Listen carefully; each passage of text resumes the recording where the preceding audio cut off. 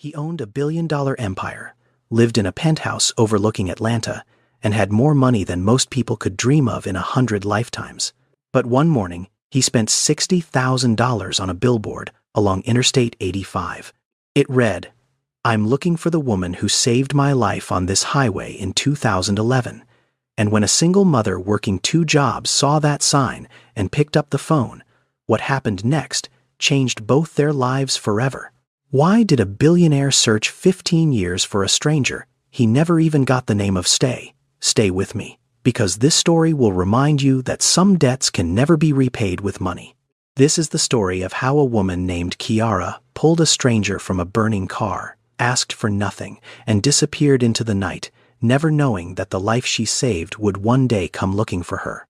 If you ever drove down Interstate 85 heading south through Georgia in the spring of 2026, you would have seen it. A billboard, massive, 48 feet wide, 14 feet tall, standing just off the highway, about 20 miles south of Atlanta. The background was solid black, and the words were written in bold white letters, the kind of letters you could read even at 70 miles an hour. It said, "I am looking for the woman who saved my life on this highway. On October 17, 2011, you pulled me from a burning car. I never got your name. Please call." And beneath the message, a phone number. That was it. No company logo. No brand name. No picture. Just those words glowing under the Georgia sun like a prayer written on the side of the road. People noticed. Of course they noticed. Drivers slowed down to read it. Some pulled over to take pictures. Within 2 days, those pictures were everywhere. Social media, news blogs, local TV stations, everyone was asking the same question. Who put up that billboard? And who was the woman? The man behind it was Travis Williams, 37 years old, founder and CEO of Williams Energy Group, one of the fastest-growing clean energy companies in the southeastern United States. Forbes had written about him twice. He had been on the cover of Black Enterprise magazine. He owned a penthouse in Buckhead, a house in Martha's Vineyard, and a portfolio worth more than $1.2 billion. Travis Williams had everything the world said a man should want, but there was something missing, something money could not fix, something that had been eating at him for 15 years. On the morning the billboard went up, Travis stood at the window of his corner office on the 32nd floor of his company's headquarters in Midtown Atlanta. The city stretched out below him, glass and steel, shining in the morning light. His assistant had placed a cup of coffee on his desk 20 minutes ago. It was still untouched, cold now. Travis was not looking at the city. He was not thinking about the quarterly report sitting on his desk or the investor call scheduled for noon.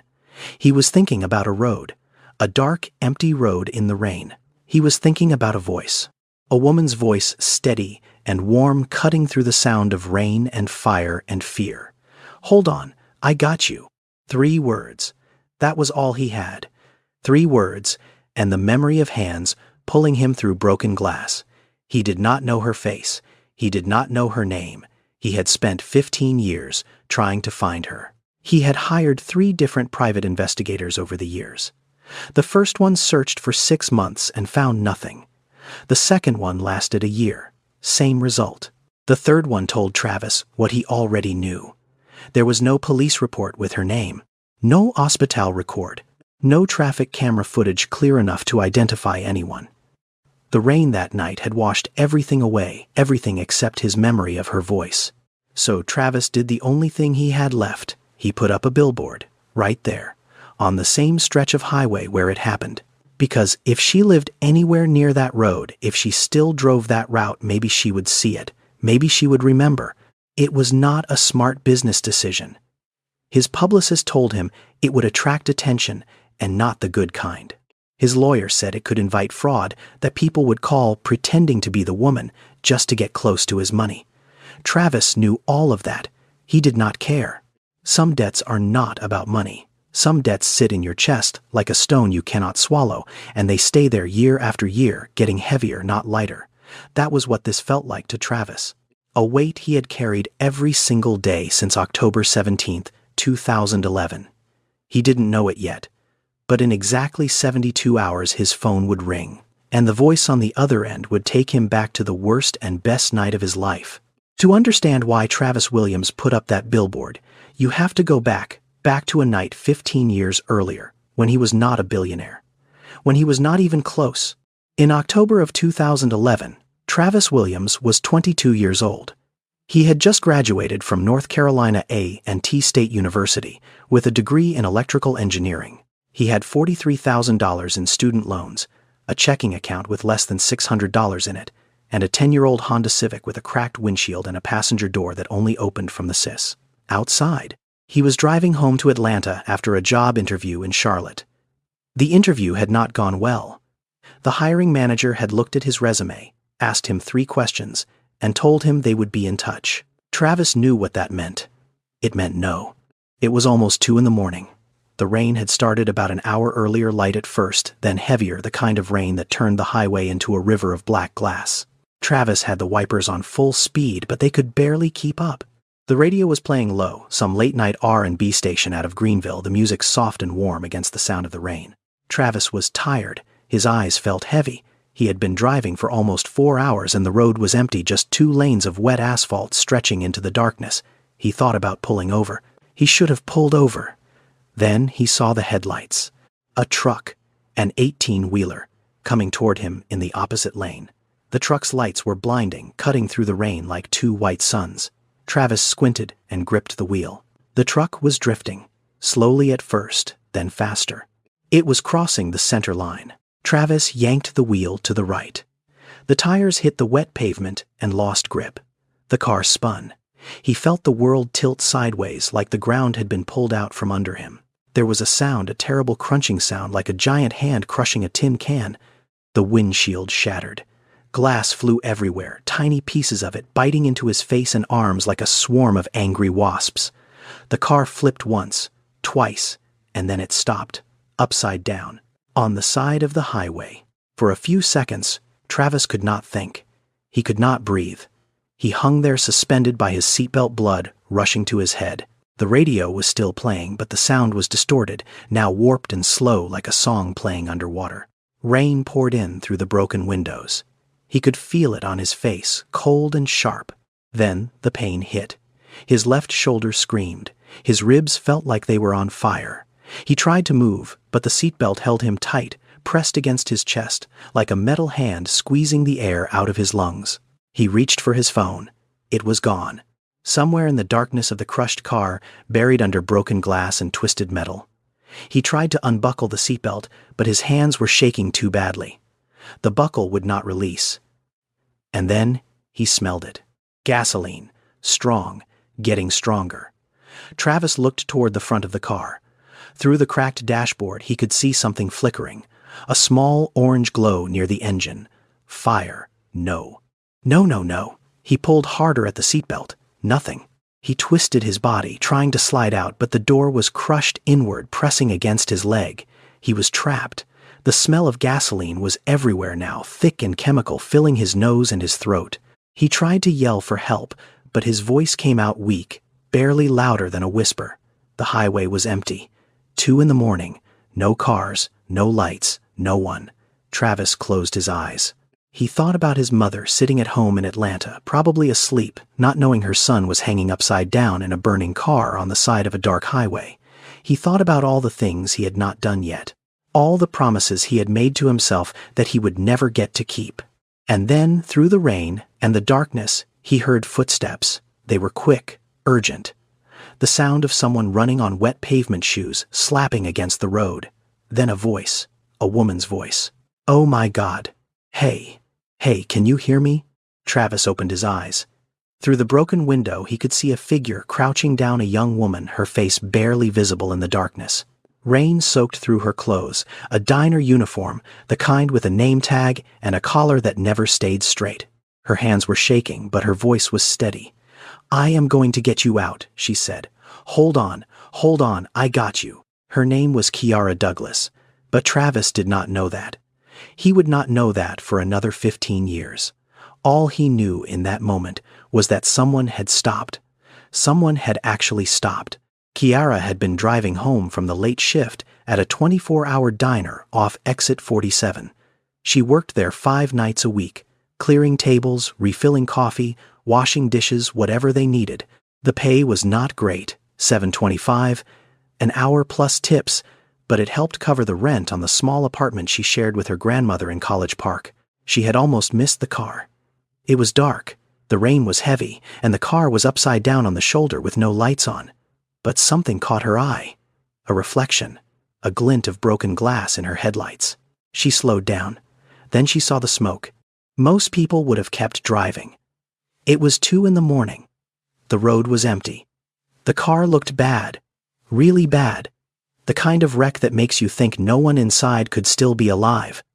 But Kiara pulled over. She did not think about it. She did not weigh the risks. She just stopped. She ran to the car and dropped to her knees on the wet pavement. The ground was covered in glass and metal. She could feel it cutting into her skin, but she did not stop. She peered through the broken window and saw Travis hanging upside down, barely conscious, blood on his face. "Stay with me," she said. "I am right here. Can you tell me your name?" Travis tried to speak. Travis. "Okay, Travis. You are going to be fine. I am going to get you out." She looked at the seatbelt. It was jammed. She pulled at it with both hands, but it would not budge. The buckle was twisted, bent by the impact. She could hear the fire now, a low crackling sound coming from the front of the car like paper burning in a fireplace. The smoke was getting thicker. Kiara ran back to her car. She opened the glove compartment and grabbed a small utility knife she kept there, the kind with a short curved blade. She ran back to Travis and started cutting. The seatbelt was thick, tougher than she expected. She sawed at it, her hands slipping on the wet fabric, the blade catching and releasing, catching and releasing. "Come on," she whispered. "Come on, come on." The fire was growing. She could feel the heat now pushing out from the engine like an open oven. Sweat and rain mixed on her face. Her fingers were cramping. And then the belt snapped. Travis fell. She caught him partly enough to stop his head from hitting the roof. She grabbed him under the arms and pulled. He was heavier than she expected. Dead weight, his body limp. She pulled him through the window inch by inch, dragging him across the wet glass and gravel. 10 feet from the car, 20 feet, 30 feet. She did not stop until they were on the grass on the far side of the drainage ditch. She laid him down gently and pulled out her phone. Her hands were shaking so badly she could barely dial. 911. She gave them the location, the mile marker, the condition. Then she sat down beside Travis on the wet grass and held his hand. "You are okay," she said. "Help is coming. You are going to be fine." Travis looked up at her. Her face was a blur. Just shapes and shadows in the rain. But her voice. He would never forget her voice.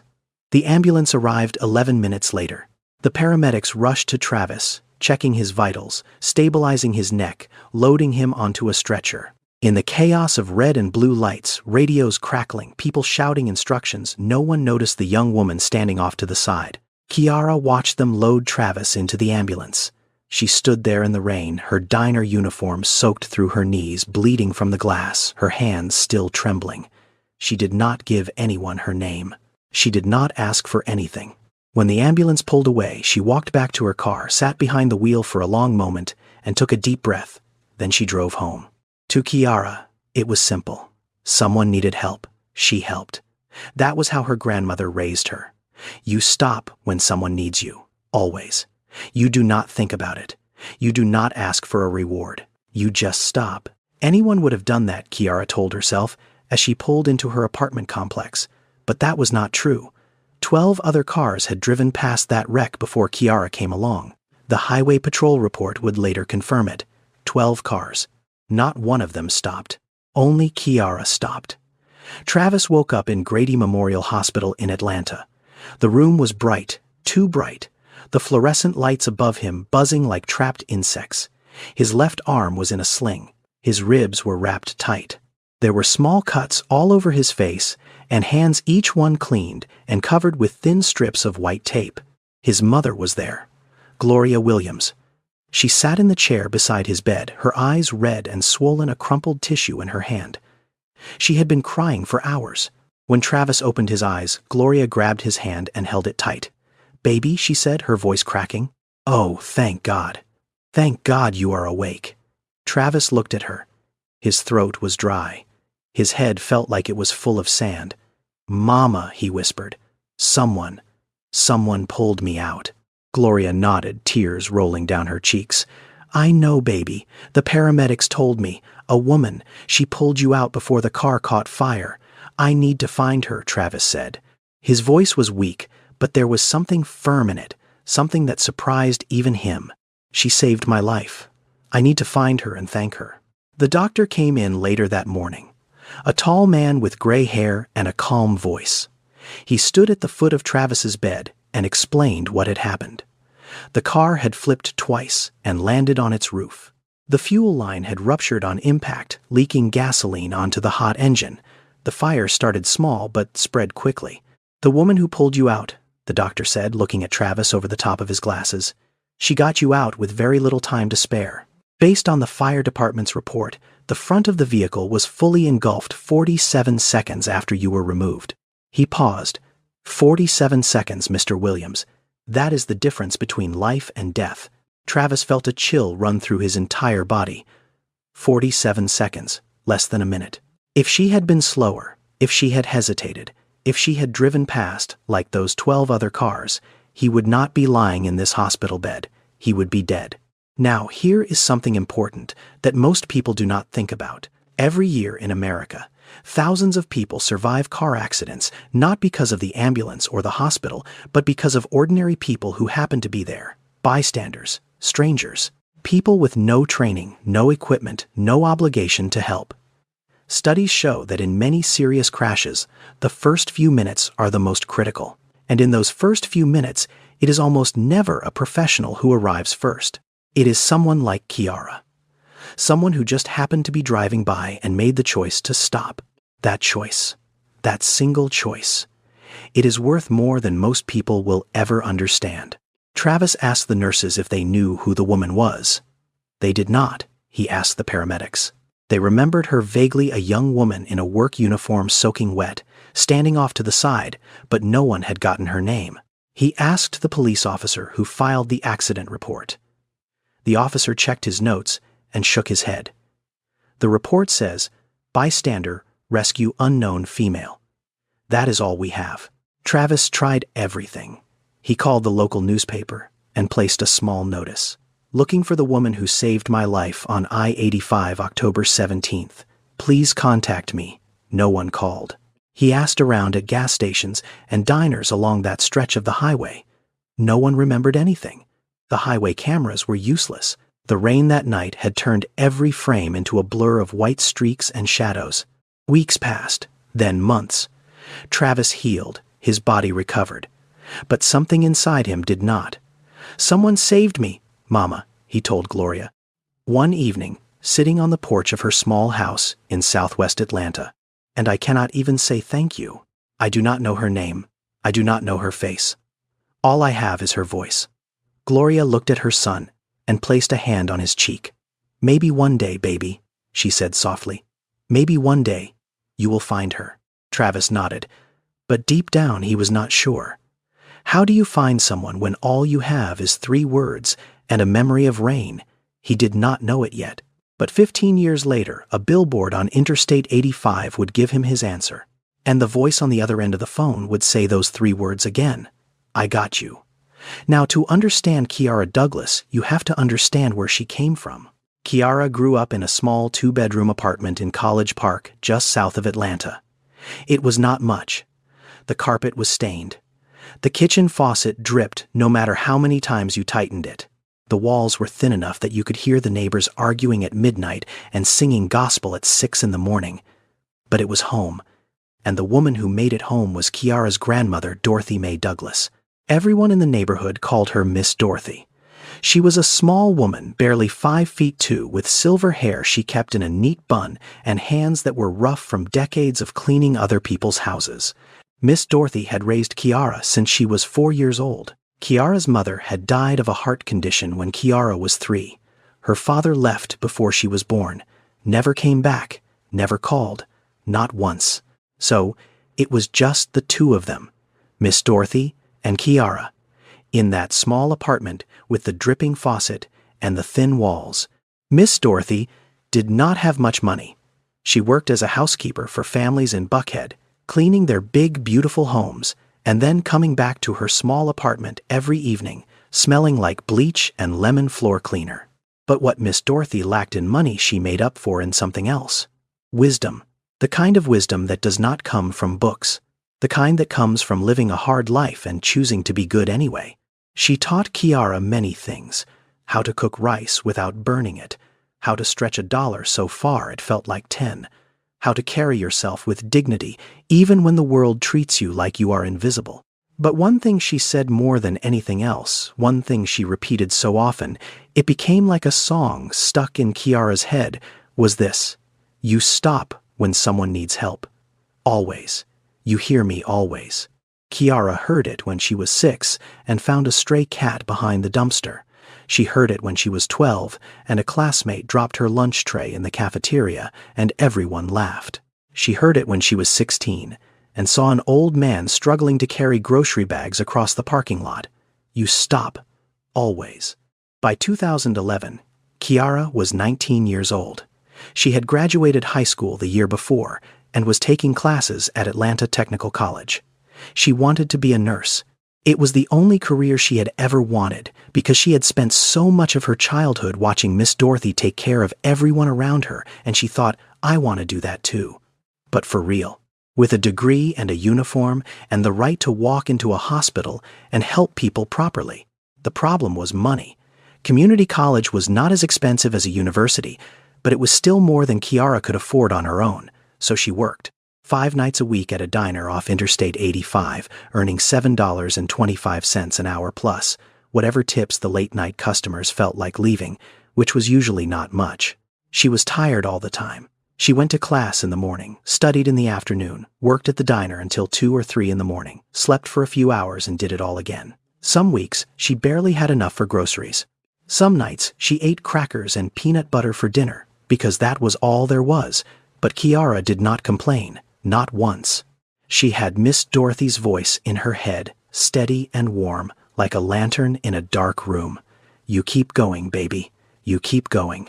The night she pulled Travis from that car, Kiara drove home, parked in her usual spot, and walked into the apartment quietly so she would not wake her grandmother.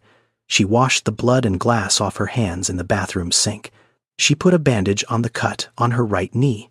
She changed out of her ruined uniform and hung it over the shower rod to dry. Then she went to bed. She did not tell Miss Dorothy what happened. She did not tell anyone. Because to Kiara, it was not a story. It was not something special. It was just what you do. Someone needed help. She stopped. That was all. The next morning she woke up at 7, made Miss Dorothy a cup of coffee, kissed her on the forehead, and went to class. Life went on. She never thought about that night again. But somewhere across the city in a hospital bed, a young man with $43,000 in student debt was staring at the ceiling, unable to stop thinking about her voice. 2 people. One night, one remembered everything. The other forgot it by morning. And 15 years would pass before their paths crossed again. The years after the accident changed Travis Williams in ways no one expected, least of all himself. Something happened to him in that hospital bed. Something shifted inside him like a door that had been stuck for years, suddenly swinging open. Lying there with broken ribs and a body full of stitches staring at a ceiling he almost never got to see, Travis made a promise to himself. He would not waste this life, not one day of it, because this life, this second chance, was not even supposed to be his. It belonged to a stranger who had given it to him for free. Psychologists have a name for this. They call it post-traumatic growth. When a person goes through something terrible, something that nearly destroys them, sometimes instead of breaking, they transform. They come out the other side with a clarity they never had before. They stop chasing things that do not matter. They start building things that do. Studies show that people who survive near-death experiences often report a complete shift in priorities. They become more focused, more driven, more connected to a sense of purpose. That is exactly what happened to Travis. He went back to school, not for another engineering degree. This time he studied renewable energy, solar panels, battery storage, grid systems. He became obsessed with the idea of clean power. The idea that you could take something free sunlight and turn it into something that could change people's lives. In 2013, Travis started a small company out of his mother's garage, Williams Energy Group. It was just him, a laptop, and a business plan he had rewritten 14 times. He had no investors, no connections, no money, just a vision and the kind of stubbornness that comes from knowing you are alive by accident. 2014.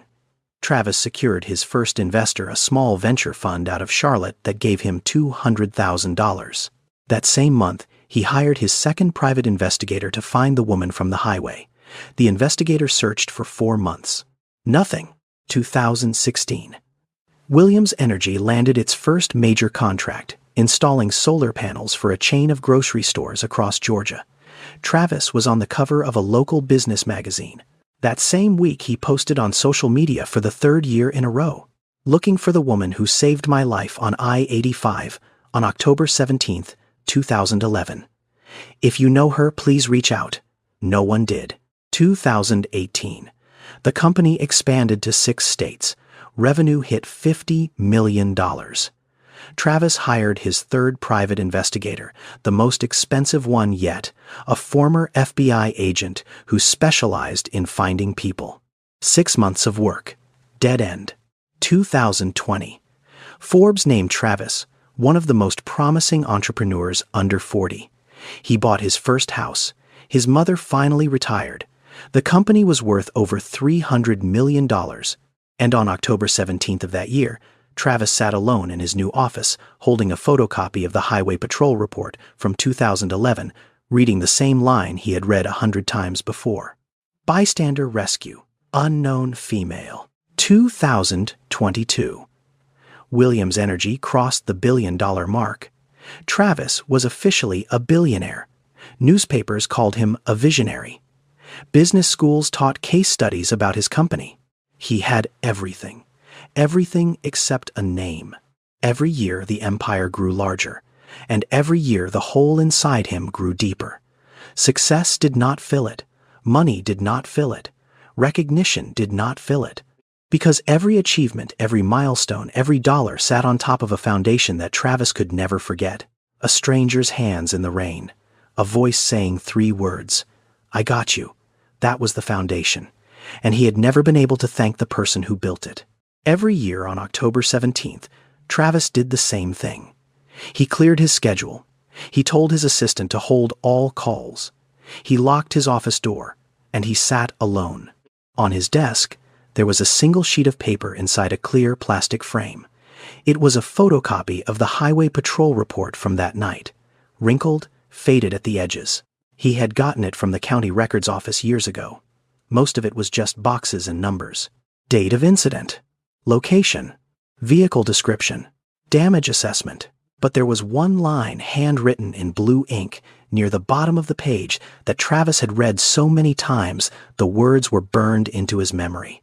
Victim extracted from vehicle by unknown female bystander prior to arrival of emergency services. That was it. That was all the proof he had. One sentence on a government form. Proof that she existed. Proof that she had been there. Proof that she had saved his life and then vanished like smoke in the rain. Travis would sit in his chair, hold that piece of paper, and feel something he could never quite name. It was not sadness exactly. It was not guilt. It was something heavier than both. It was the weight of owing your entire existence to someone you cannot find. Everything he had built, the company, the jobs he created, the buildings with his name on them, the charity programs, the clean energy projects that powered schools and hospitals, all of it existed because one woman stopped her car on a dark highway when 12 other people did not. His penthouse, hers. His billion-dollar company, hers. His mother's comfortable retirement, hers.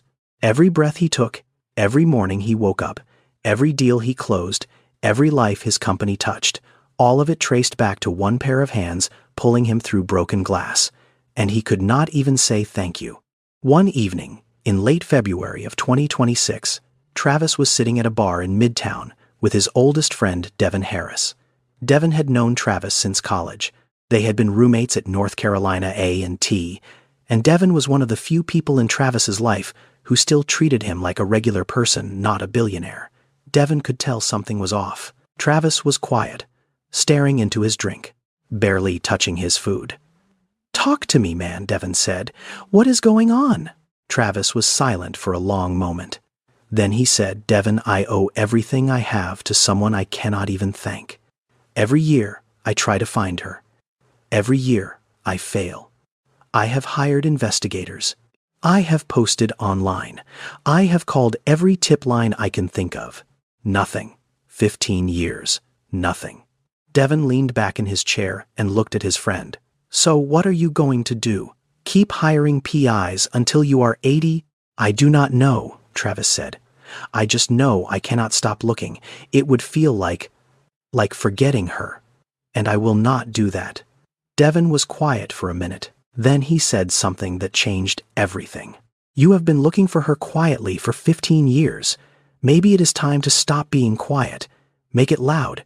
Make it so loud that if she is anywhere within 100 miles, she cannot miss it." Travis looked up.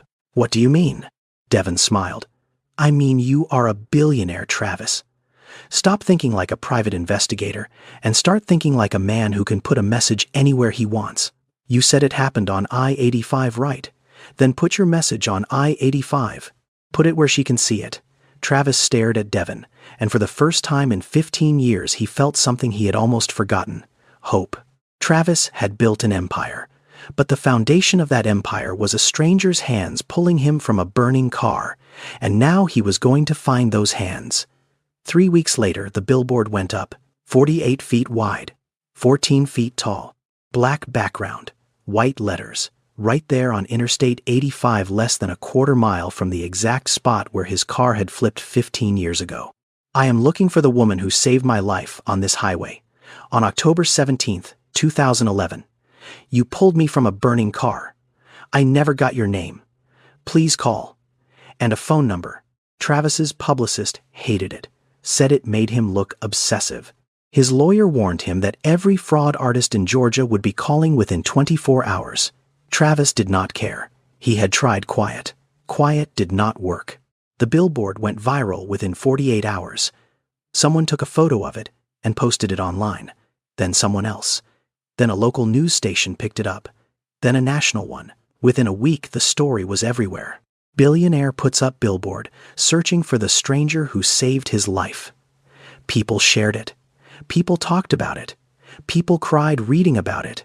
And people called. They called a lot. In the first week alone, over 300 people dialed that number. Travis had set up a small team to handle the calls, 3 of his most trusted assistants. They had a system. Every caller was asked 3 questions. What was the weather like that night? What kind of car was the victim driving? And what did you say to him? The answers had to match exactly. Heavy rain, a dark blue Honda Civic, and I got you. Most callers failed the first question. Some got the rain right but said the car was a truck or a sedan or a white SUV. A few got the first 2 right but could not answer the third. Some people just called to say they were inspired by the story and wanted to wish Travis well. Others called hoping for money. 312 calls in the first week. Not one of them was her. 347 calls by the end of the second week. Still nothing. Travis sat in his office on the 14th night, looking at the list of calls his team had logged. 347 names, 347 voices, and not one of them was the voice he had been hearing in his head for 15 years. He leaned back in his chair and closed his eyes. Maybe Devon was wrong. Maybe loud did not work either. Maybe she had moved away. Maybe she had forgotten. Maybe she did not even drive that road anymore. Maybe she was gone. He almost gave up that night. But then, on day 18 at 9:47 in the morning, the phone rang again, and the woman on the other end said something that made Travis's assistant drop her pen. Now let us talk about Kiara.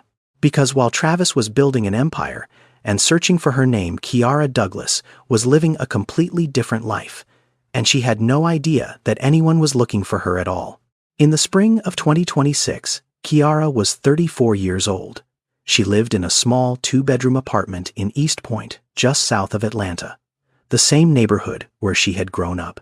The apartment was on the 2nd floor of a brick building with a parking lot that always had at least one broken streetlight.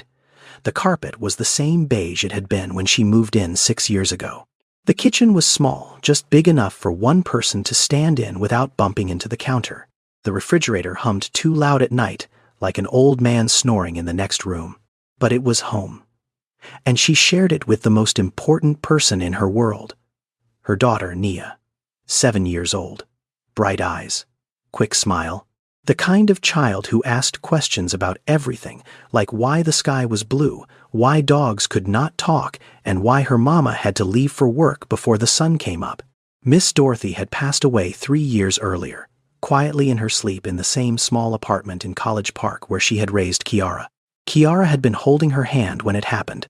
She did not cry that night. She just sat there holding her grandmother's hand, feeling the warmth slowly leave it, and whispered, "Thank you, Grandma. Thank you for everything." After Miss Dorothy died, Kiara was truly on her own. Nia's father had left when Nia was 2. Just packed a bag one afternoon and said he needed space. He never came back. No child support. No birthday calls. Nothing. Kiara did not chase him. She did not beg. She just adjusted the way she always did and kept moving forward. Every morning, Kiara's alarm went off at 5. Not 5:15. Not 5:30. 5. She would lie there for exactly 10 seconds, eyes closed, gathering the energy she needed to get through another day. Then she would get up. She would shower quickly, get dressed, and start making breakfast for Nia. Usually eggs and toast, sometimes oatmeal if the eggs were running low. She would pack Nia's lunch in a small pink lunchbox, always with a note inside. Little things like, "You are amazing," or "Mama is proud of you," or a smiley face drawn in crayon.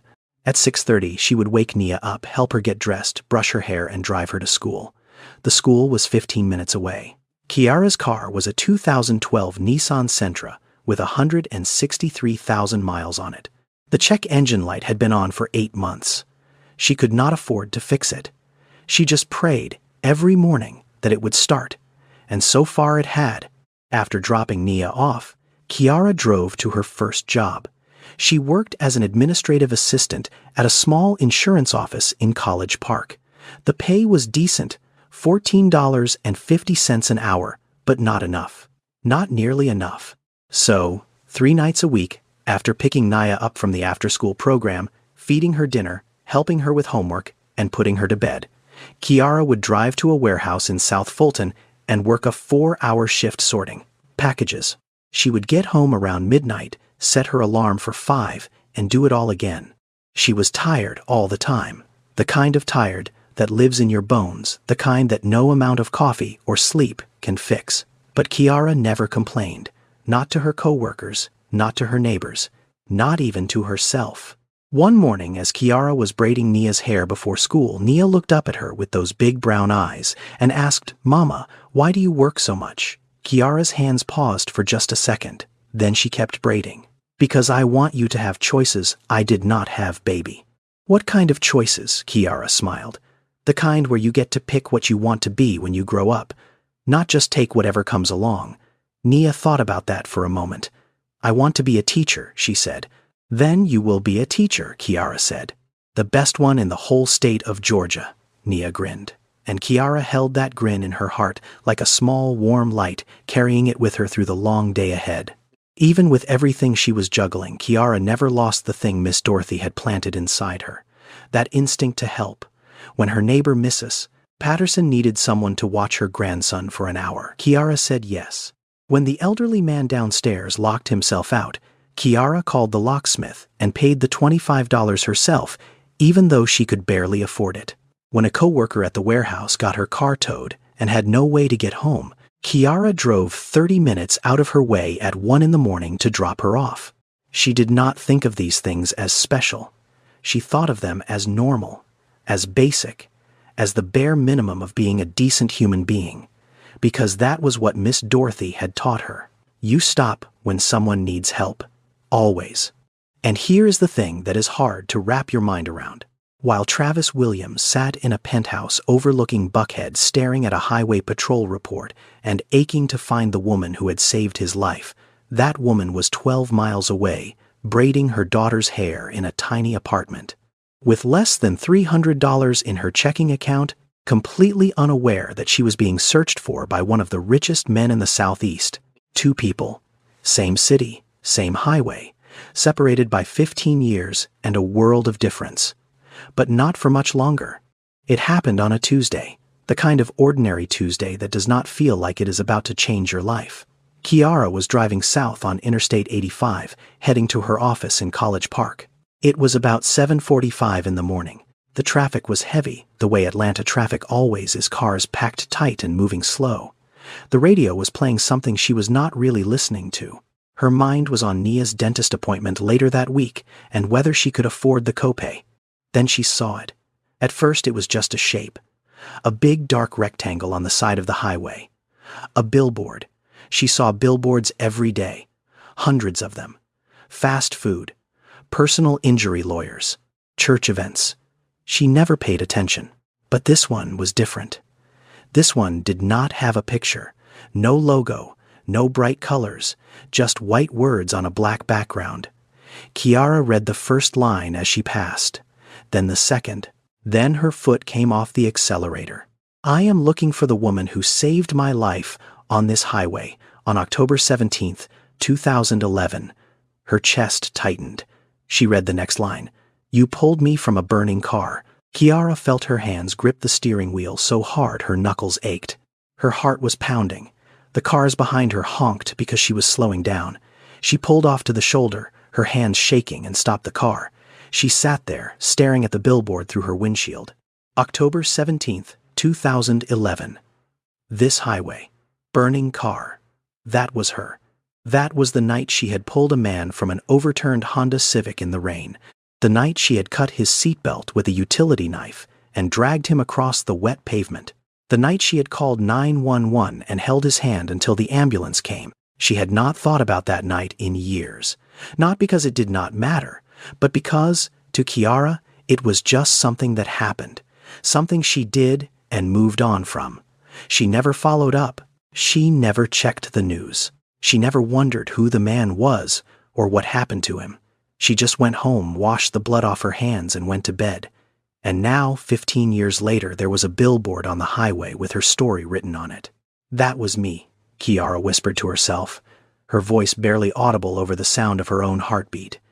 That was really me. She read the phone number at the bottom of the billboard. She read it twice. 3 times. She picked up her phone and started to dial. Then she stopped.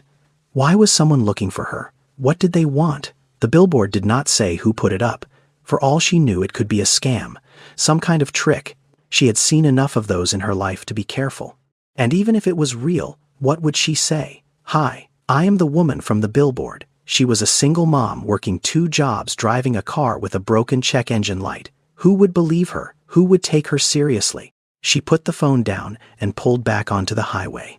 But she could not stop thinking about it. All day at work, the words kept playing in her head. You pulled me from a burning car. That night, she told her coworker Charisse about it. Charisse stared at her, like she had just said she found $1 million in her glove compartment. Girl, call that number, right now. I do not know, Kiara said. What if it is not what I think? What if it is? Charisse said. Kiara, someone put up a whole billboard looking for you. A whole billboard. That is not something people do for fun. Call. But Kiara did not call. Not that night.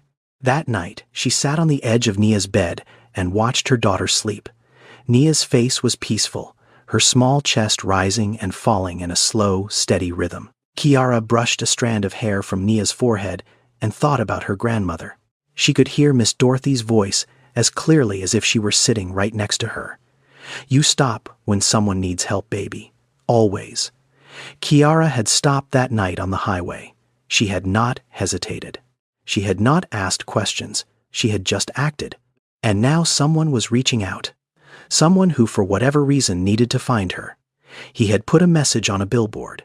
That was not the act of a scammer. That was the act of someone who was desperate. Someone who needed something she could give. Kiara looked at her sleeping daughter one more time. Then she made her decision. If this man needed to find her, she would let him. The next morning, Kiara sat in her car in the parking lot of Nia's school. She had just dropped Nia off. The engine was idling. The radio was off. She held her phone in her lap and stared at the number she had saved from the billboard. Her thumb hovered over the call button. She took a deep breath. Then she pressed it. It rang 3 times. A woman answered. Professional voice. Calm. Good morning. Thank you for calling. How can I help you? Kiara's throat felt dry. I am calling about the billboard. The one on I-85. There was a brief pause. Then the woman's voice shifted just slightly from professional to alert. Yes, ma'am. Can I ask you a few questions? Okay. What was the weather like on the night of October 17th, 2011? It was raining, Kiara said. Raining hard. The kind of rain where you can barely see the road. What type of vehicle was the person driving? Kiara closed her eyes and went back to that night. The headlights of her car cutting through the rain. The shape on the side of the road. The crushed metal. A Honda Civic, she said. Dark blue. It was upside down. The woman on the phone was quiet for a moment. Then she asked the third question, and her voice was almost a whisper. What did you say to him? Kiara felt something rise in her chest. Something she had not felt in a very long time. She answered simply. I said, hold on. I got you. The line went silent. Completely silent. For what felt like forever but was probably only 5 or 6 seconds. Then Kiara heard something she did not expect. The woman on the phone was crying. Quietly. Trying to hold it together but failing. Ma'am, the woman said, her voice cracking. Please hold, please. Do not hang up. Kiara waited. Her hand was shaking. Her heart was beating so fast it felt like it might crack through her ribs. Then a new voice came on the line. A man's voice. Deep, unsteady. Like someone trying to hold a glass of water with both hands trembling. Hello, the voice said. Hello, Kiara replied. Silence. Then the man spoke again. Is this really you? I think so, sir. Another silence. Longer this time. Kiara could hear him breathing. She could hear the effort it was taking him to hold himself together. You said I got you, he finally said. I have been hearing that voice in my head for 15 years. 15 years. And I could never find you. Kiara felt her eyes sting. I did not know you were looking. I have been looking since the day I woke up in that hospital, he said. My name is Travis. Travis Williams. And you saved my life. Kiara was quiet. She did not know what to say. She had not prepared for this. She had not prepared for any of this. I would like to meet you, Travis said. If you are willing, I just want to say thank you, face to face. That is all I have wanted for 15 years. Kiara thought about it. She thought about the billboard. She thought about the sound of his voice, raw and real, like someone who had been carrying a stone in his chest and was finally about to set it down. Okay, she said. I will meet you. Thank you, Travis whispered. Thank you. Before she hung up, Kiara said one more thing. Her voice was steady, clear, the same voice that had cut through the rain and fire 15 years ago. I did not call because I want something, Travis. I called because you seem like you need to find me more than I need to be found. Travis could not speak. He tried, but the words would not come. He just held the phone against his ear and cried. 2 days later, Kiara drove to Midtown Atlanta. She had never been to this part of the city before. Not like this. Not to meet someone. She had driven through it sure on her way to somewhere else. But she had never stopped. She had never had a reason to. The building was tall. 30-something floors of blue glass and steel that caught the morning sun and threw it back into the sky like a mirror. The words, Williams Energy Group, were etched into the stone above the entrance in silver letters.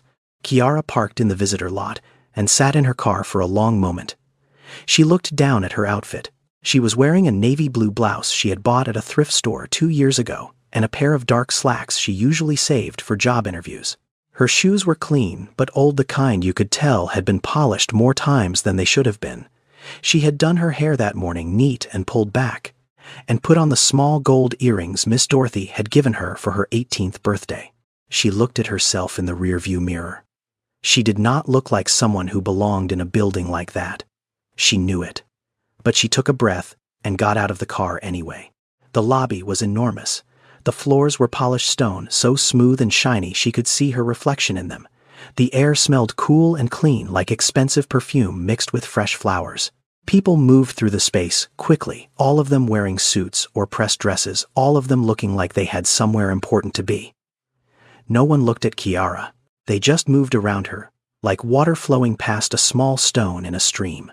She walked to the front desk. A young woman sat behind it, hair perfectly styled, wearing a headset. She looked up at Kiara with the kind of smile that was polite, but not warm. The kind that measured you before greeting you. "Good morning. Can I help you?" "Yes, ma'am," Kiara said.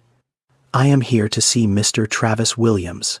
My name is Kiara Douglas." The receptionist's smile flickered. Just slightly. It was the kind of look that said, "You do not look like someone who has a meeting with the CEO."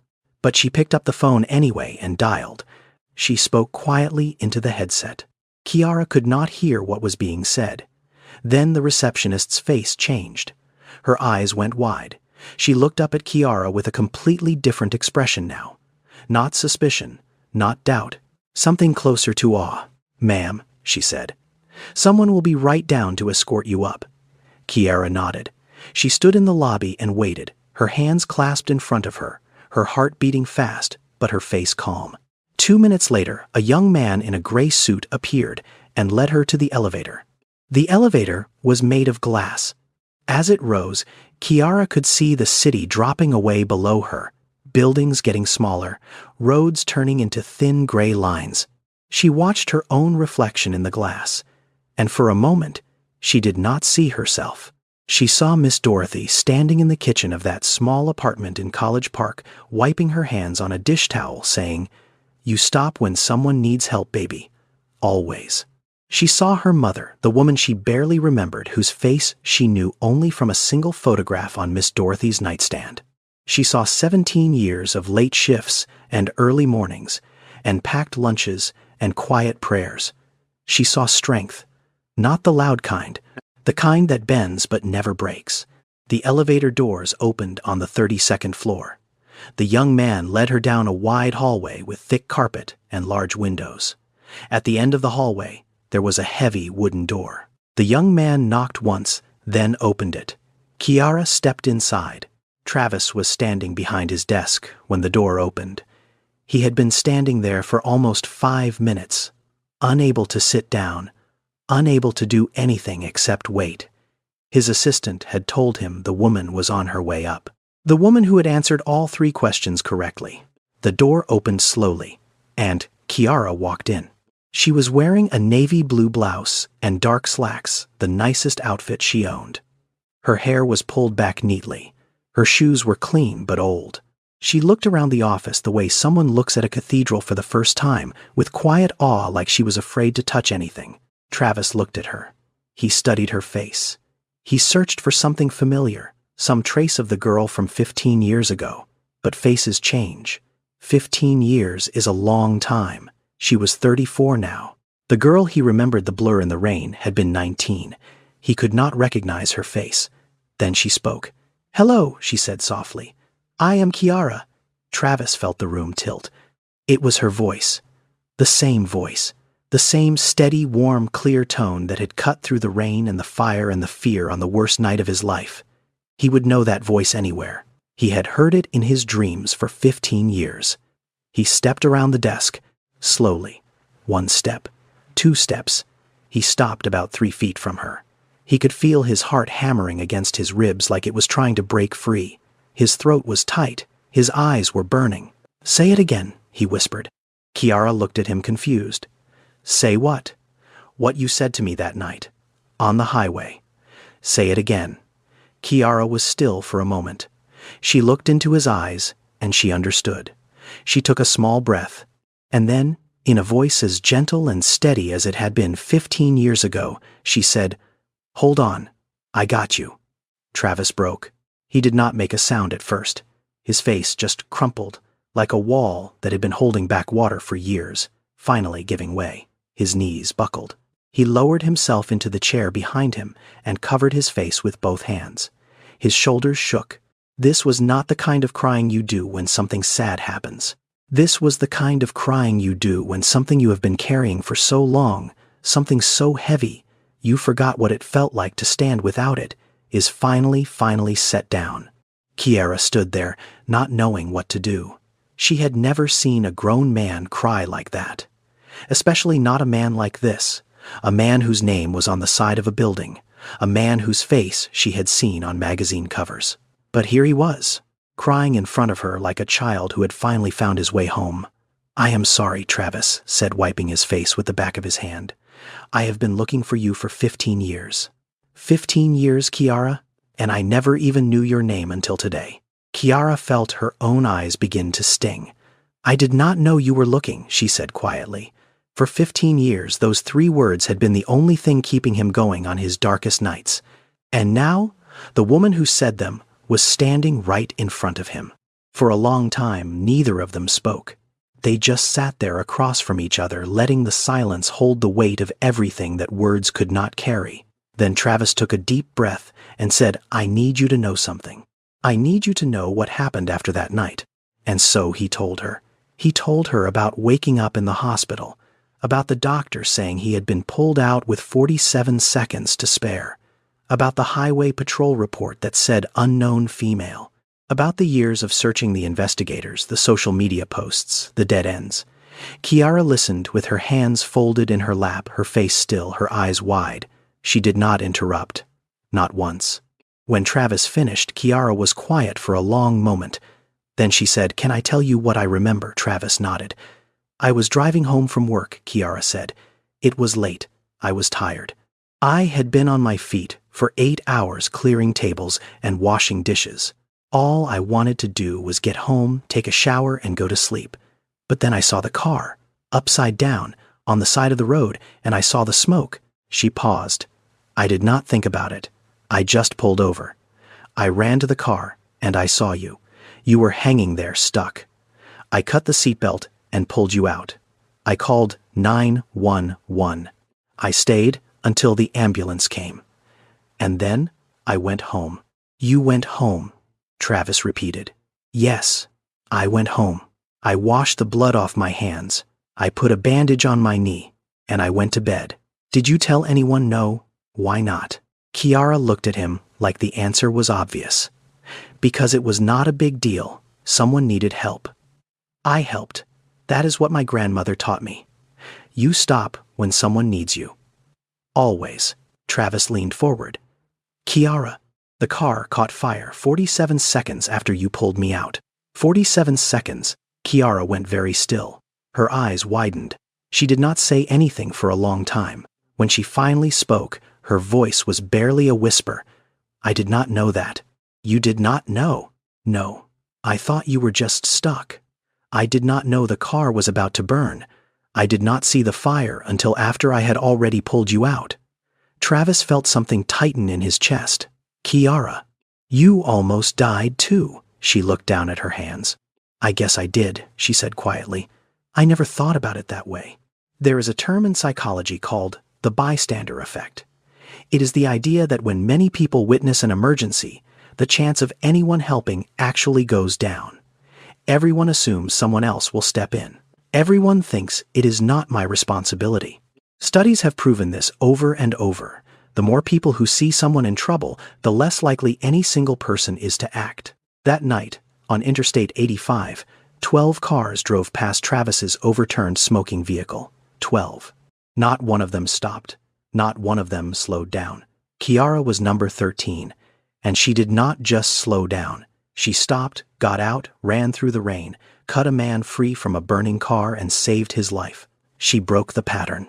Not because she was braver than those 12 other drivers. Not because she was stronger. But because a woman named Dorothy Mae Douglas had taught her from the time she was 4 years old that you stop when someone needs help. Always. Both of them had almost died that night, but only one of them had been counting the days since. Travis sat back in his chair and looked at Kiara. Really looked at her. He saw the tiredness around her eyes. He saw the roughness of her hands. He saw a woman who had been working 2 jobs raising a daughter alone, carrying the weight of a life that never got easier. And yet she was the same person who had run through the rain to save a stranger without even thinking about it.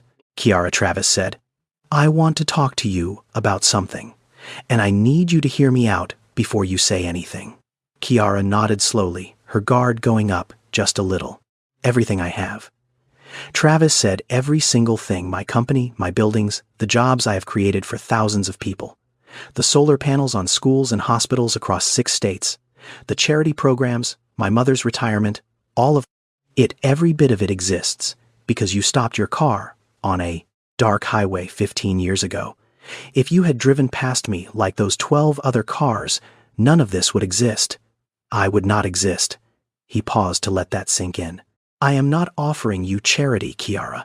I am not trying to buy your kindness or pay you back like it was some kind of transaction. What you did that night is worth more than anything I could ever give you. I know that. But here is what I can do. He leaned forward.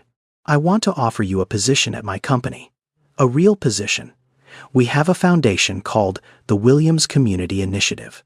It works with underserved neighborhoods across Georgia, connecting people to job training, scholarships, housing resources. I need someone to run the outreach program. Someone who understands what it is like to struggle. Someone who knows how to talk to people who are going through hard times. Someone like you. Kiara listened, her expression unreadable. It is a salaried position, Travis continued. Full benefits. Not a handout. A job. One you would be good at because of who you are, not because of what happened between us. He took a breath. And I want to set up an education fund for your daughter, for Nia, so that when the time comes, she never has to wonder whether college is possible. She just goes. Travis stopped talking. He sat back and waited. Kiara was quiet for a long time. She looked at the window at the city below, at the glass and steel and sunlight. Then she looked back at Travis. I appreciate everything you just said, she began. And I can see that you mean it. But I need you to understand something about me. She sat up straighter. I did not pull you out of that car so I could get something 15 years later. I pulled you out because that is who I am. That is who my grandmother raised me to be. And if I sit here and let you pay off my debts and solve my problems, then I am turning that moment into something it was never supposed to be. I am turning it into a transaction. And it was not a transaction. It was just the right thing to do. Travis opened his mouth to speak, but Kiara held up her hand gently. I do not want you to pay my bills, Travis. I have been paying my own bills since I was 18 years old. Some months are harder than others, but I earn what I have, and I need my daughter to see that. I need her to know that her mama works for what she gets. That is the most important lesson I can teach her. Travis nodded slowly. He understood. He could see it in her eyes. This was not stubbornness. This was principle. This was a woman who knew exactly who she was and refused to let anyone, even a billionaire with the best intentions, change that. But the job, Kiara said, and her voice softened just a little. The job is different. That is not a gift. That is work, real work. And if you are telling me I would be good at it, then I believe you. Because I have spent my whole life helping people. I just never got paid properly for it. Travis smiled. It was the first real smile he had smiled in weeks. And Kiara continued. Her voice cracked just slightly. If you want to set up something for Nia's education, I will not say no to that. Because that is not for me. That is for her. And she deserves every chance in the world. She looked at Travis with clear, steady eyes. The best thing you can do for me is not change who I am. Just give me a chance to be more of it. Travis felt something warm spread through his chest. Not the burning weight of guilt he had carried for 15 years. Something lighter. Something that felt like gratitude meeting its equal. Because Kiara had not just saved his life once, she was teaching him something right now in this moment. She was teaching him that the greatest form of respect is not giving someone everything. It is giving them the chance to earn it. Deal, Travis said quietly. Kiara nodded. And for the first time since she had walked into that office, she smiled. Kiara started her new job on a Monday in April. The foundation was called Second Stop. Travis had let her name it. She chose the name because of something her grandmother used to say.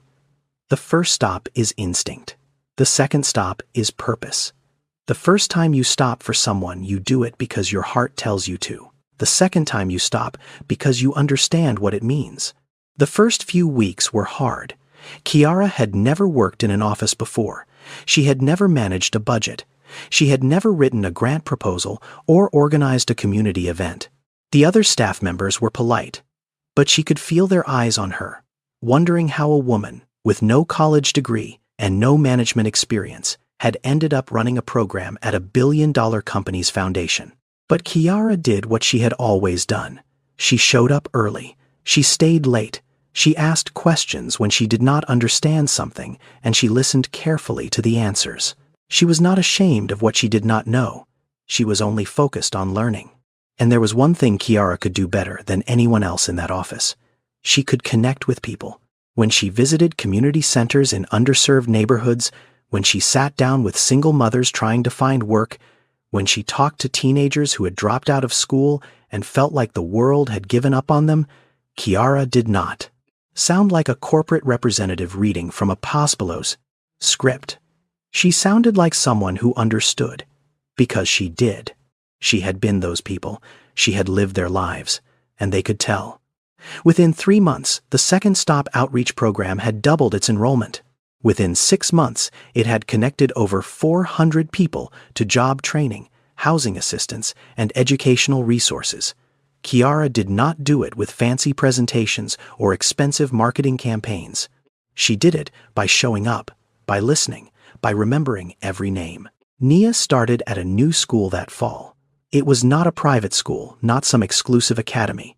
It was a good public school in a safer neighborhood, the kind of school where the teachers had enough supplies and the playground did not have broken glass in the corners. Nia made friends quickly. She was a bright, curious girl with her mother's steady eyes and her great-grandmother's habit of helping anyone who needed it. There is an idea that real change, lasting change, does not come from someone handing you money and walking away. It comes from someone opening a door and letting you walk through it on your own 2 feet. That is the difference between charity and opportunity. Charity feeds you today. Opportunity teaches you to feed yourself tomorrow. Kiara was living proof of that. Nobody had given her a life she did not earn. Travis had given her a chance. She had done the rest. One afternoon, Kiara went back to Atlanta Technical College, the same campus where she had taken classes as a 19-year-old girl working the night shift at a diner. She stood in front of a room full of students and told them a story. She did not mention Travis by name. She did not talk about billionaires or billboards. She just told them about a night when she was driving home from work tired and broke, and she saw a car flipped over on the side of the highway. I stopped, she said. Not because I was brave, not because I was special, but because someone taught me that you always stop when someone needs help. And that one decision, that 5-minute decision on a dark road in the rain, changed the entire direction of my life. She looked out at the students. You do not have to be rich to change someone's life. You do not have to be powerful. You just have to be willing to stop. Travis and Kiara never became a couple. They never dated. They never kissed. What they became was something rarer and in many ways more valuable. They became friends, real friends. The kind of friends who call each other on hard days and sit in comfortable silence on good ones. Travis respected Kiara too much to turn their story into a romance. And Kiara valued her independence too much to let anyone, no matter how grateful, define her future for her. What they shared was not love in the way movies talk about it. It was something deeper. It was the understanding that their lives were connected by a single moment of grace and that neither of them would ever forget it. 1 year after Kiara started at Second Stop, Travis organized a fundraising gala for the foundation. It was held at a hotel ballroom in downtown Atlanta. 300 people attended. Business leaders, community organizers, local politicians, teachers, social workers. The room was filled with round tables covered in white linen soft lighting and the quiet hum of important conversations. Travis sat at a table near the front. He was wearing a dark suit and a simple tie. He looked calm, but his hands were clasped tightly under the table. Kiara walked onto the stage. She wore a deep green dress, simple and elegant. Her hair was down. She looked out at the audience, and for a moment she felt the same thing she had felt the first time she walked into Travis's office building. Small. Out of place. Like she did not belong. But then she remembered something Miss Dorothy used to say. You belong wherever your heart takes you, baby. Kiara took a breath and began to speak. She told them about her grandmother, about growing up in a small apartment in College Park with a dripping faucet and thin walls, about learning that you always stop when someone needs help. She told them about a night on Interstate 85 about rain and fire and a stranger she pulled from a wreck. She told them about driving home afterward and going to bed like nothing had happened. And then she said something that made the entire room go silent. My grandmother told me to always stop when someone needs help.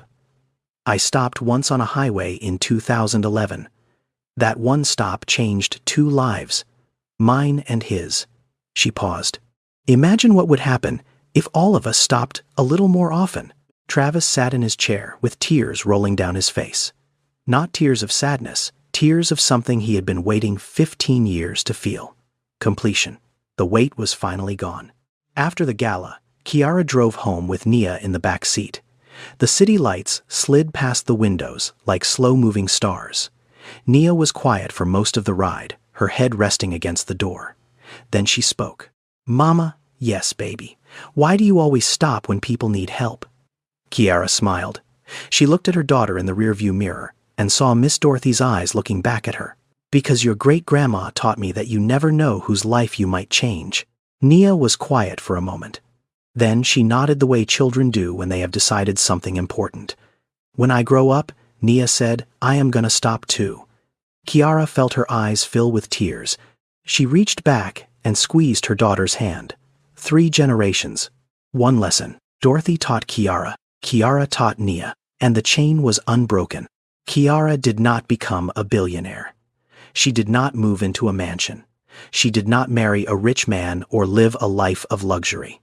She lived in a modest apartment in a good neighborhood. She drove a reliable car. She worked a job she was proud of. She raised a daughter who knew right from wrong. And that was enough. That was more than enough. Because the richest life is not the one with the most money. It is the one with the most meaning. And so, we come to the end of this story. But before we go, I want to leave you with something. Kiara Douglas did not set out to be a hero. She was not trained in emergency rescue. She was not a firefighter or a paramedic. She was a 19-year-old girl driving home from a late shift at a diner. But she stopped. When 12 other cars drove past, she stopped. And that one decision, that one moment of simple human kindness, saved a man's life and set 2 people on paths they never could have imagined. Here is something worth knowing. According to the National Highway Traffic Safety Administration, thousands of lives are saved every year by ordinary bystanders, people with no training, no equipment, and no obligation to help. They just stop. In many serious car accidents, the first person on the scene is not a paramedic. It is a stranger. And in those critical first minutes, that stranger's decision to act can be the difference between life and death. You do not need to be rich to change someone's life. You do not need to be powerful. You do not need to be famous. You just need to be willing to stop. Never underestimate a small act of kindness. The person you help today might be the person who changes the world tomorrow. The stranger you stop for on a dark road might be the one you spend 15 years searching for. Kindness does not expire. It does not have a time limit. 15 years later, it still matters. 100 years later, it still matters. So, let me ask you this. Have you ever been helped by a stranger? Have you ever been the stranger who stopped? Tell me in the comments. I would love to hear your story. And if this story touched your heart, share it with someone who needs to hear it today. You never know whose life might be changed by a simple reminder that kindness still exists in this world. There's another powerful story coming very soon.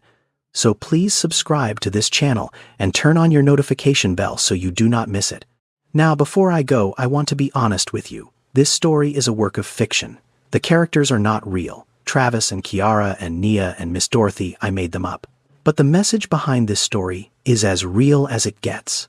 Every single day on highways and city streets and quiet country roads all across this country, ordinary people make the choice to stop and help a stranger. And every single day, lives are saved because of that choice. If this story inspired you, I want to encourage you to do one thing. Learn basic first aid. Learn CPR. It is free. It takes a few hours, and it could mean everything to someone someday. this is not just a story. It is a reminder that we all have the power to be someone's second chance. May you always have the courage to stop when someone needs you. And may someone stop for you when you need it most. God bless you.